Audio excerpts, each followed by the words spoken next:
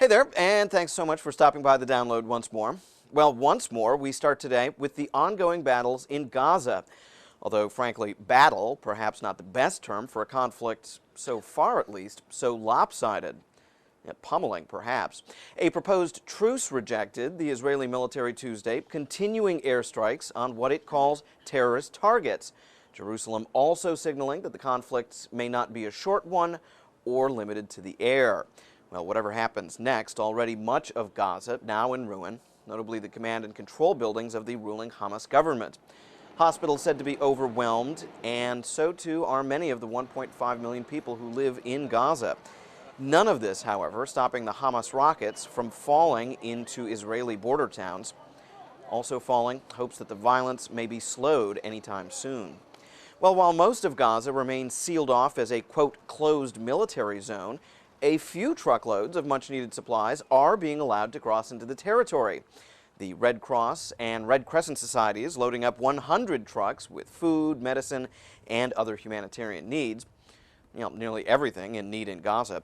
Most crucially, doctors. Now, a Jordanian diplomat telling the Associated Press he's hopeful Israel will allow 21 doctors into the territory on Wednesday. Israeli officials not commenting on that report. Well, a bit of sunshine poking through the news clouds this week, and this story taking us to Bangladesh and a peaceful end, so far, to that nation's first national elections in 7 years. Former Prime Minister and former exile Sheikh Yasina winning in a landslide, earning her Awami League party the lion's share of votes for parliament. Now, the election seen as Bangladesh's best hope for restoring civilian control of the government in years. However, already some of Sheikh Hasina's opponents are alleging vote rigging. Now, all sides at this point urging supporters to remain calm and not to gather in the streets. Well, from hopes raised to tensions on the rise, and this story taking us to Islamabad.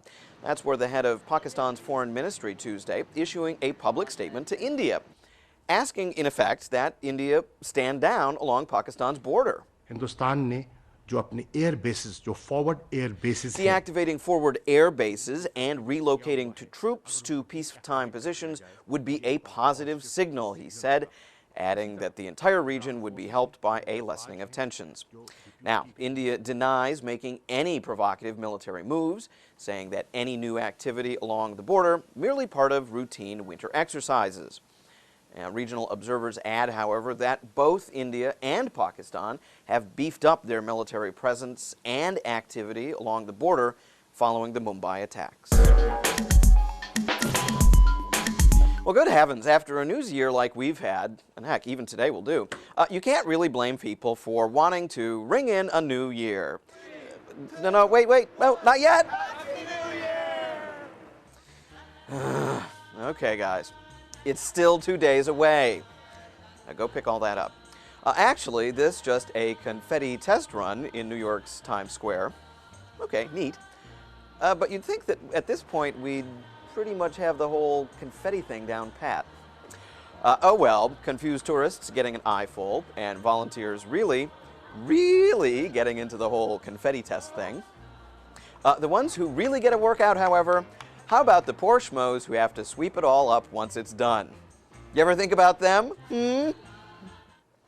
Look at that. I can even make confetti snarky. Well, that is your download for now. We'll see you again tomorrow.